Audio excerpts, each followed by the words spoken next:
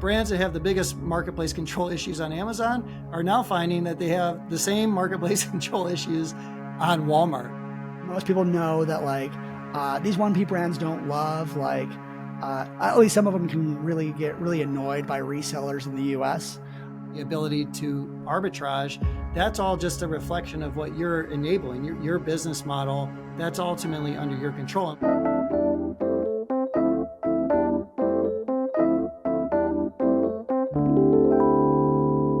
One, two, three. Hello, welcome to the Smartest Amazon Seller podcast.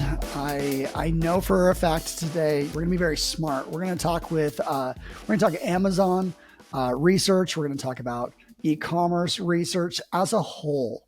I have with me the founder of Stratably. This is a research group that large global brands come to learn about what's happening in e-com as a whole. I have the founder, Russ, who is very knowledgeable, has been researching marketplaces and e-com for over a decade. Hey, Russ, welcome to the podcast.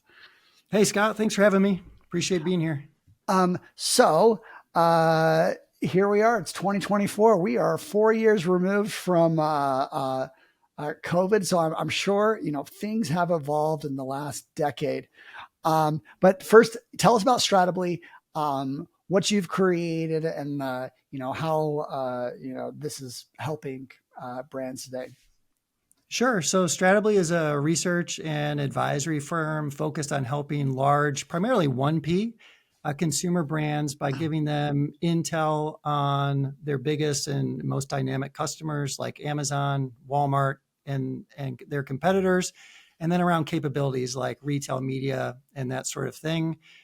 We service these customers through a membership model, so an annual membership model where brands will work with us to get access to our research. And then we do a lot of live events like share groups and webinars and that sort of thing, all with sort of a goal to help them better understand what's happening in the retail market, what's going to happen, and how e-commerce plays into that.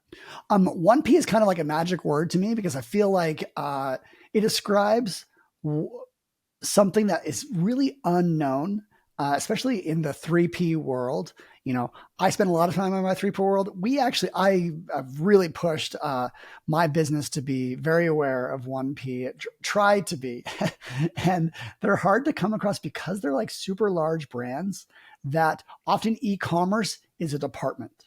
It's a group of people inside of a multinational, think Coca-Cola, think Hershey's chocolate. I don't know, things that have like global recognition to a degree. And I think that's a very interesting starting point to try and see the world how they see the world, because maybe some of us actually compete against them in some way. In some ways, they're actually very easy to compete against because they don't change their position very often. Versus as 3P sellers, we can put a new label, a new color scheme, and hey, let's see how the market likes this. That's not quite the way that they work. I always like to differentiate, help people catch up. Okay, 1P, we're thinking of people that have a relationship with Amazon retail and sell to them. They could be doing 9 figures on Amazon and we wouldn't know it. They tend to be very large. And so those are people that you have an experience working with. What do these brands think about e-commerce? What's going on? Yeah, so I would say that these large first-party brands very much think about e-commerce. They want to win e-commerce. They want to win omni-channel. I think what is a little bit different when you get to their size is that they have very wide distribution. So Amazon's an important customer to them, but so are dozens of other customers that they have very meaningful businesses with, and they have very meaningful parts of their organization dedicated to. So one of the differences I think that stands out to me is just they're faced with a wider set of trade-offs or priorities or whatever term we want to use in when it comes to making investment decisions and betting where growth and profitability is going to come from.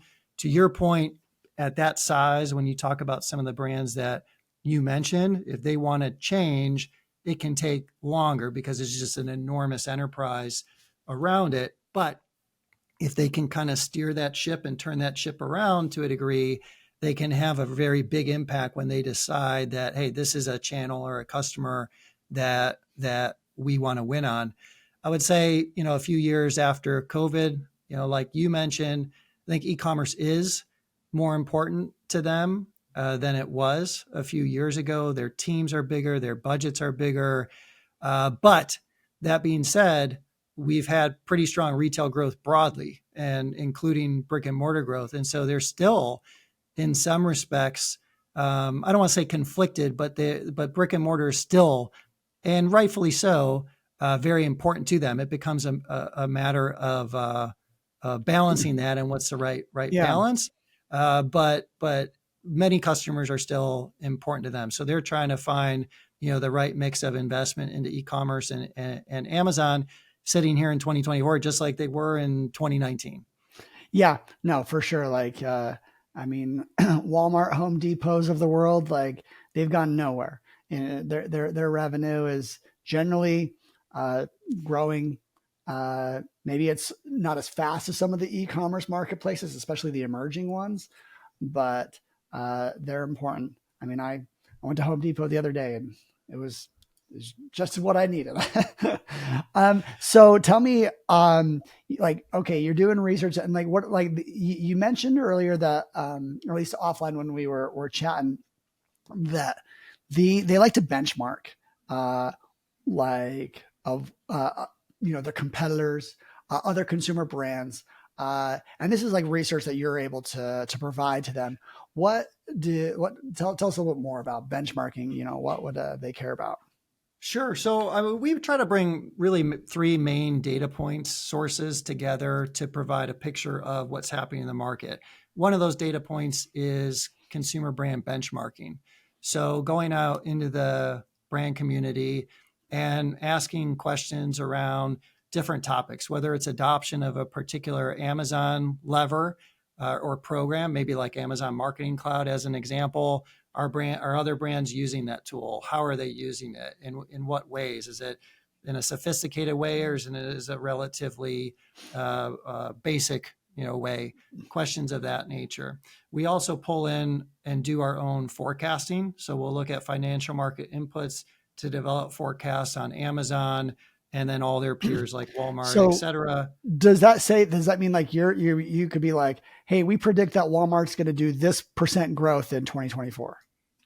That's correct. And we can also then talk about, like, if you think about an omni-channel retailer, like you mentioned Home Depot before, what is Home Depot's projected growth over the next 5 years? And then importantly, how is that growth going to arrive? Is that going to come through growth through its stores? Is it going to come through its online business? And then once you start to get an understanding of that for these big organizations, you can help them understand, hey, where do we need to be investing today in order to position ourselves to be best aligned with the future growth that is going to happen, over the next 5 years. So how do you collect some of this data? I have to imagine that where, whoever's predicting or Home Depot's growth may not be the same that's predicting Amazon's. Well, we look to financial markets as a primary input to understand how are investors predicting growth for these different retailers, and then we apply our own experience of being in the space. This specific work for a decade, but then another approximately 10 years doing investment-focused research. So we feel very comfortable developing the forecast for the overall retail market and these individual retailers. We're also, to help inform those forecasts, gathering the benchmarking data that we talked about before. So sometimes it's benchmarking like capabilities and what other brands are doing, but it can also be benchmarking like, hey, how's performance going? Or like, how are your sales relative to your plan on Amazon year to date so far? And you start to get a lot of those data points, and that starts to inform your forecast of the future. And then the other element is just qualitative feedback. I mean, we're just, through the nature of our business, we're talking with brands on a very regular basis about what's happening in the market, what's changing, what's keeping them up at night, what's new. and surprising to them. And we're gathering all of that information, and that goes into, that ultimately forms a picture in our view of the market and the future direction of that market. Does that make sense? Oh, for sure. If you can collect survey data from like another 100, 200, 300 other 1P brands, that kind of helps signal like what's going on. Are people dialing up something, or are they dialing back something? There's a lot of noise around new marketplaces, 2 new Chinese ones that have come in and actually become almost household name marketplaces. How do big brands think about the emerging marketplaces? Well, they kind of treat it as an emerging thing, and they kind of wait and see to see how much it develops. They're usually not early experimenters. Like Temu as an example, or Temu. I don't know how you pronounce it. Yeah. I guess it's Temu according to the Super Bowl commercial. Yeah, that's exactly like that. We still debate it. We're like Temu according to the commercial, but Temu, and like that's just what feels right. That's how I say it. So I don't know. I don't want to be ignorant, but so let's call it Temu for the purposes of the podcast. But as an example, something like that, I think they definitely, their ears definitely perk up when they start to see the momentum there and the traction there. So if you're selling in categories that Temu is selling, as an example, I think you're paying attention to what's happening. At the same time, however, you are very laser focused on winning on Amazon and winning on Walmart and winning on Target and et cetera, because you have these massive businesses and you still have a lot of upside opportunity to do things better, whether it's product detail pages or advertising or the analytics piece of it, et cetera. Like there's still a lot of opportunity to do that better. And so when you think about something like Temu, where the longer term viability of that business, can they continue to drive growth? Those are all sort of questions, like how does the platform work? Those are all questions. But I think the smart 1P brands, again, if their category is relevant, they're going to test on that. They're going to set up an account. They're going to maybe list some stuff possibly, or just monitor like competition. Who's selling on there? Does it, like what does that look like?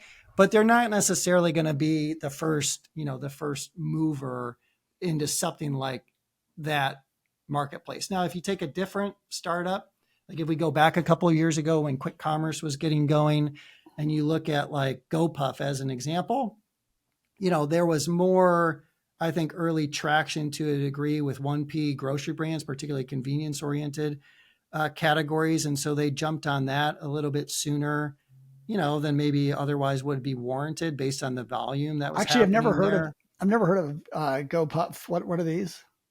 GoPuff. So that was like, how would I describe it? Think of it like an online only convenience store offering. Yeah. So I forget where it got started. I think in Philadelphia, maybe 5 or so years ago. And then they really sort of hit the growth curve during the pandemic when like quick commerce was getting going and that was going to take over the world. But has subsequently, come back down to earth. But, they're still operating and doing interesting things. Maybe a better example, Scott, would be like with DoorDash getting into the grocery. I was about to say, like category. they have these like little dash marts. Yeah. So kind of in that regard, it's kind of similar to GoPuff because they would have their own owned inventory and their own mini fulfillment center. So DashMart would be in a way, similar to that. Okay. But DoorDash is one where obviously DoorDash is huge, right? From a restaurant perspective, it wants to win in grocery. It's made a lot of progress in grocery over the last few years, although it's still small, but large incumbent brands in the grocery space, they're likely going to be testing and learning at least with DoorDash. And if they're not, they should seriously consider that. And just to bring it back to like our research, that's what we help brands sort through. As an example of something to sort through is like, should DoorDash, be on our radar? Should we be testing and learning with them at this moment? Yes or no? Is it going to move the needle? Are they beating Instacart at Instacart's game or not? All of those types of strategic growth questions. So like what to say if like a 1P brand, they maybe they know what they're doing and someone sees their brand and is like, oh my goodness, this would do really well on Amazon Germany. And they kind of see the arbitrage and they do that. They ship it to an international marketplace that maybe this brand's not doing. How would that 1P brand feel about that? A good question. So I'll respond. So two responses to that. There's more than one. There's more than one part, and I could see the 1P brands that we work with are typically globally distributed. So they're already in Germany. But let's say for purposes like you have a 1P brand that's not, in a given international market. Maybe they ship it to Brazil. So I would think that they would generally probably not like that for the most part, just because they lose control or they have a feeling of lost control. And I think for these large 1P consumer brands, their brand is so important. Like that's where so much value is concentrated in the brand. And so when you have others, selling your product in other markets that you're not in control of, unless it's like a strategic reseller partner or something of that nature, you're generally not too thrilled about someone taking your product but it could make sense for a reseller partner to work in that capacity. Could. Yeah. And in that case, and I think there are, brands will do that for certain markets. If they're doing that type of relationship, then they typically are supporting that partner with the right content and those right assets. And they've worked out a deal from an economics perspective on those items and that sort of thing. Okay. I would maybe describe it as the difference being like one is someone's finding like an arbitrage opportunity based on a brand's pricing decisions in other channels and then shipping that elsewhere and kind of going on their own. Versus like, I'm a brand, my best route to market in Brazil is through this reseller partner or reseller partners, and we're going to support them with the right content and the right strategy. And we feel good about it because we're involved. That's how I would kind of characterize that issue. Now, let's actually take that back to home. I think most people know that like these 1P brands don't love like, at least some of them can really get really annoyed by resellers in the US. But what about these? Do you see 1P brands engaging with resellers like as a strategy of like, okay, this is my authorized reseller? I know how that conversation was maybe 8 to 10 years ago. As that evolved, 2014 today, like, do you still see these large brands not wanting to deal with the headaches of Amazon and every part of like, we own inventory that's over there. It's like on consignment versus a reseller partner buys the inventory upfront and like Pattern's business model.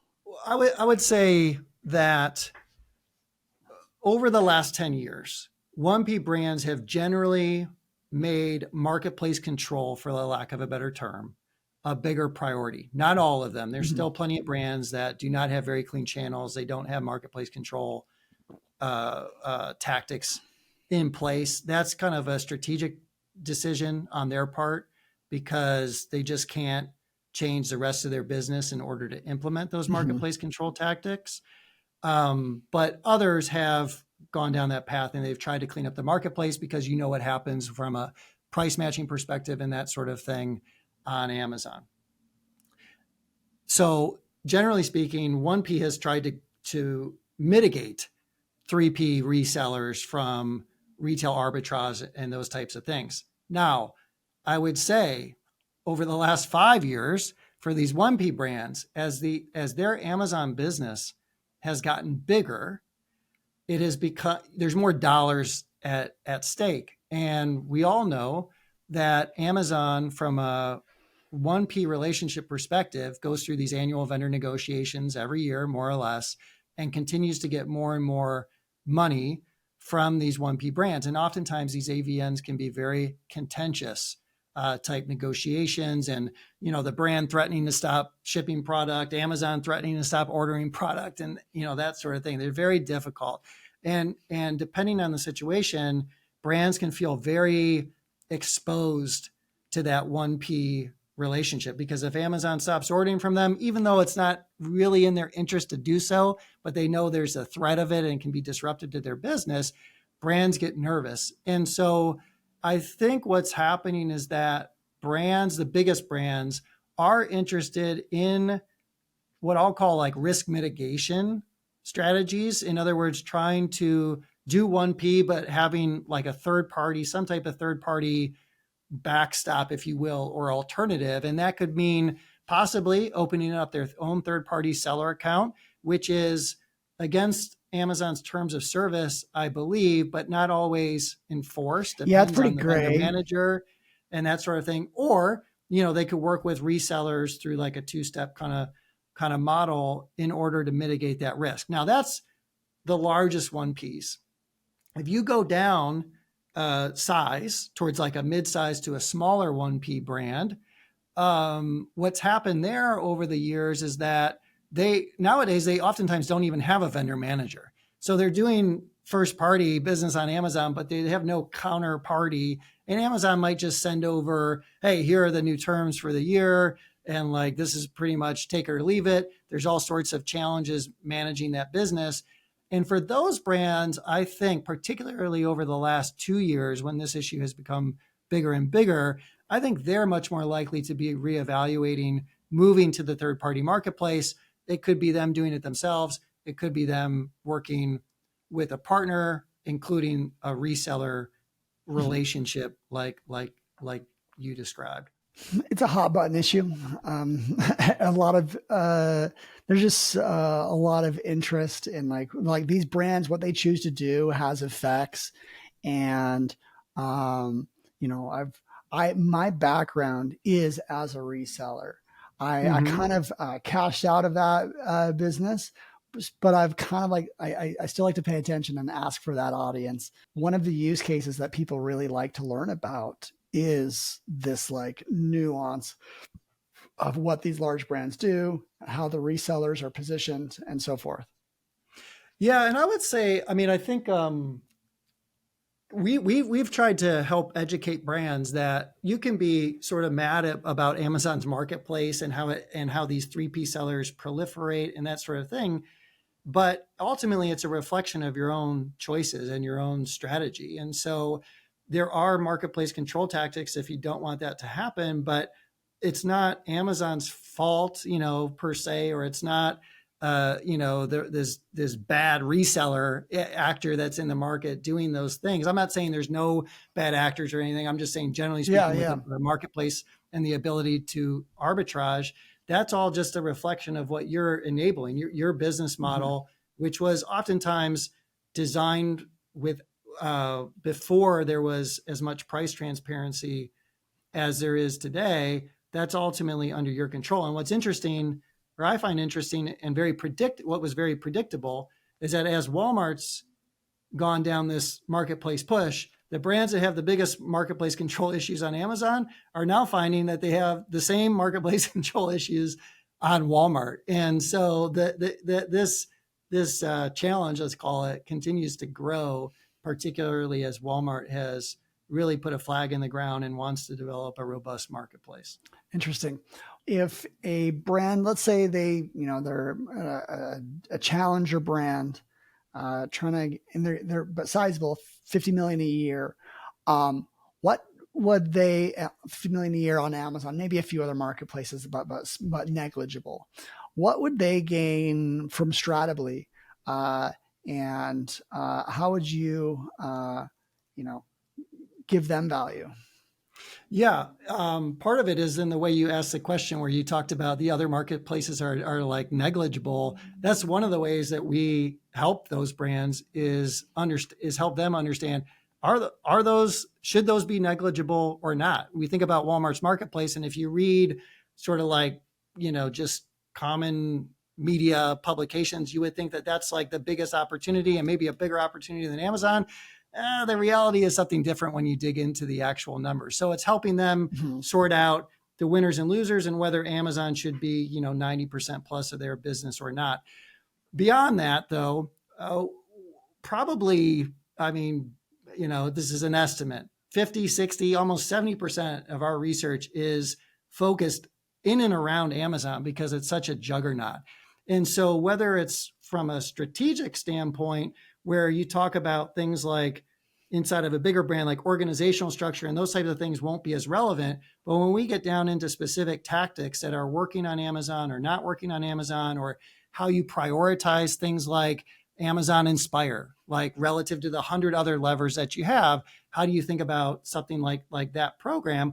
Amazon's going to tell you that's something that you absolutely need to be doing. If you're working with an agency partner, they might be telling you to do that too, because it's just more stuff to get going to do, for your brand. We're this independent, objective research firm that isn't selling other services. We're trying to help that brand make the smartest decisions. And that includes sort of tactical elements when it comes to Amazon. Do you have any tactical things that like you are finding that like in recent years are really getting leaned into by a lot of brands? I think the biggest thing that has stood out in our work really for about 2 years now has been the development of Amazon Marketing Cloud. And I'm not sure how familiar you are. I'm familiar. My audience probably less so. So here's what I'll understand. Here's how I'll explain it. Marketing Cloud is more of like an insight into your advertising. I believe you can throw in like queries, think like SQL queries into your advertising data that allows you to extract audiences or even like touch points that like their customer journey. And it's complicated enough that not a lot of service providers are building tools on top of it. It's that's how I understand. Tell me where I got it wrong. Yeah, I think you're hitting on a lot of the right points. What I would say from a very simplistic standpoint is that Amazon is revealing more and more of their data to consumer brands, and they're giving insights that were previously, I don't want to say unimaginable because I don't want to like oversell it, but they previously did not reveal this level of information. And what's interesting is that it's not just information and insights that you say like, oh, that's interesting, but I can't do anything with it. That's how some are using the tool. It's insights that through AMC and through DSP, you can actually turn around and take very direct action and get more and more essentially granular with your media dollars. And so we all know Amazon's growing. To win on Amazon, you need to be advertising. AMC is a tool to make that advertising much more efficient. So as an example, absent AMC, a lot of brands were reliant on last touch attribution. So, the user clicked on a sponsored product ad and we have ad attributed sales, and that's great. AMC started to reveal, okay, what was that full path to purchase? What were all those different exposure points?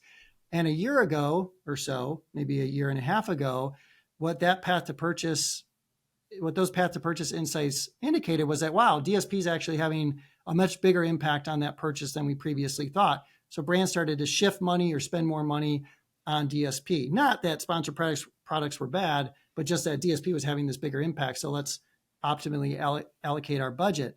Well, now through the development of custom audiences, we're starting to say, well, let's break down that path to purchase into different audiences. Are these shoppers that are looking at competing products? Are these just in-market shoppers? Whatever, every brand's going to have all of these different potential audiences. AMC allows you to understand those audiences much better in a much more granular way, unlike any other retailer allows today, and then also go out and target and reach that audience. And so for brands that are getting frustrated, for lack of a better term, with sort of the pay-to-play nature of Amazon, and like we always got to be increasing our budgets each year, and we're just continuing to pay more money, and we're ultimately kind of running out of room here to keep spending. We have to get more efficient with our Amazon advertising dollars. AMC is a great way to do it, and it's very, very under-adopted. In my experience on Amazon, very rarely are there very powerful tools that aren't rapidly adopted. So something like sponsored brand video, when that came out, that ad unit, like it was popped, like it was doing great, and it got rapidly adopted.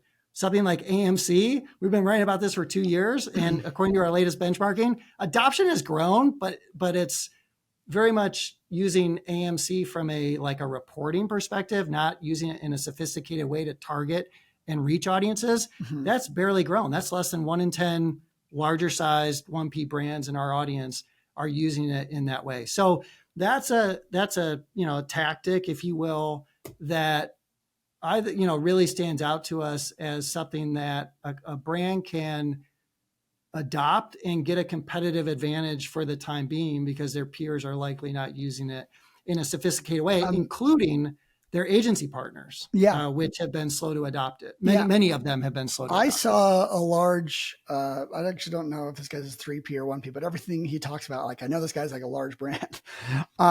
He said something that shifted my thinking a few weeks ago, where like you just have to assume that you're going to be paying for advertising on Amazon. Like if you are a brand directly selling, like you're going to be paying for advertising. I mean, you're going to have to advertise, and we keep seeing ad budget as a percent of Amazon sales continue to creep up 50 to 100 basis points each year for this world of 1P brands. And that pattern has been pretty persistent over the last, call it 10 years or whatever. Yeah. And so if the average brand is spending about 8 to 10% of their sales on Amazon ads this year, well, they're going to be spending 8.5 to 10.5% or something of that nature, right? Next year. So how do you get that? What are the different profit levers you can drive? Can you buck that trend by getting more efficient with your ad dollars so you can spend the same amount, but you're competing more effectively? That's a challenge. And the cool thing is that Amazon is growing so much faster than the market that like it's worth spending a lot of time trying to figure out how do we get more efficient here, because it's soaking up so much of the market right now. It's almost remarkable how much it's soaking up market share. Someone was talking about how like, oh, Shopify grew this percentage, like, by the year 2040 or 2035, like they're going to pass up Amazon. Sure, Amazon grew a shorter percentage, but like the GMV that they grew in 2023 was like, I don't know, $70 billion, which was like more than like, all these other channels combined. I mean, Amazon's GMV, global GMV, grew something around $83 billion last year. Yeah. So $83 billion, for context, and I shared this at a conference recently, is about the size of Lowe's total business, as an example. And they're going to grow this year, even if they're going to grow total GMV, will probably reach the double digits, probably 11 or 12% this year. That's about $92 billion. Shopify is also a behemoth from a GMV perspective. They're growing at like 35-ish billion in GMV last year. It's a little bit challenging. Shopify has a lot of different. Where do you get these? Contributing to that. So we didn't jump in too much into that. You do some forecasting. How do you know like what Amazon's likely to grow this next year? So, well, Amazon every quarter, along with any publicly traded company, will report their quarterly earnings results and their full year's results and that sort of thing. Yeah, we're just already. And they don't disclose. Yeah, they don't disclose every metric that we care about, like GMV. They don't disclose, but you can you can back into that using different assumptions around commission rates and things and FBA rates and things of that nature. Others do disclose GMV, like a Shopify or like a Instacart has a version of it. And then we'll use future-looking investment market signals to help inform our forecasts of what's going to happen going forward. And so that gives us, and again, just through our experience of being analysts in the space for a while, gives us an ability to predict, over the next several years, what we expect growth to be. And I think, big picture for, Amazon is growing slower than what it once was. Now on the 3P side, more your world, 3P is just growing so fast. And it's like really remarkable, particularly considering how much general merchandise exposure it has, because general merchandise at other retailers like a Walmart or Home Centers or Target or whoever is down, year over year. So Amazon being able to grow that fast, much of it through the marketplace, is remarkable, and it just speaks to its strength that the marketplace has afforded. Tell us about like Stratably, Stratably, and some of the content that you put out. Sure. So we take sort of what I'll call a multifaceted approach to giving content and insights to the 1P brand community. We publish at stratably.com multiple pieces of written research every week, and we have a freemium model. So even if people listening want to check that out, they can just sign up for free and get our Monday research as a part of that. We also do share groups where we get different brands together, talk about important topics. We'll do live webinars. We'll do about 30 to 40 of those in a given year. And so between the webinars, the written research, the share groups, and then other like company specific stuff that we do for our clients, we really try to deliver our content in a comprehensive way. And we also try to make it very digestible. A lot of times our stuff can be read within a couple of minutes, and that's all it takes. And that's been a practice and part of our philosophy for a while, because we know people are busy, but we want people to use this stuff. And if it's too long, they're going to file it away and never look at it. We want people to look at it. We want people to use it, apply it, share it, et cetera. So if you sign up, hopefully that'll come through. Sometimes we do real long stuff, but much of the time it's quite digestible. Awesome. Stratably.com is where you can sign up. All right, listeners, check that out if you want, to up your level of just knowledge. Hey, Russ, thank you so much for coming on and chatting, giving us your time. Oh, thank you, Scott. It's fun to share notes, especially with someone so entrenched in the 3P world. Thank you. All right, well, that's the pod. We'll wrap up, and I'll catch you guys next week. 1, 2, 3.